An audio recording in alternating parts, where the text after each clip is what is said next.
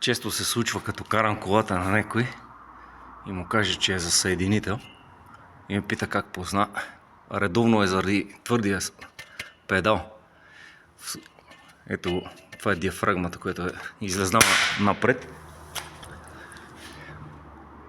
Защото феродото е износено, в случая е сменявано скоро, преди 30-40 хиляди километра, обаче на няколко пъти се е наложило колата да дърпа други коли и е запален 3-4 пъти и вече е за смяна. Ето диафрагмата, после в коментарите ще сложа една снимка, като се монтира новия. Иначе за сравнение, ето и това как е напред и тук.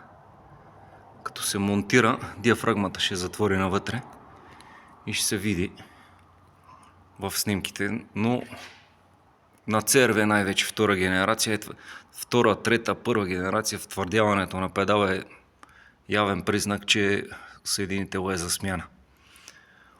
Та обръщайте внимание на това, защото при CR-V редовно се случва да щупи диафрагмата, почна да изпадат тия ламели и често се случва да има пробойни в скоростната кутия и ремонта от един съединител отива и на скорост и така нататък.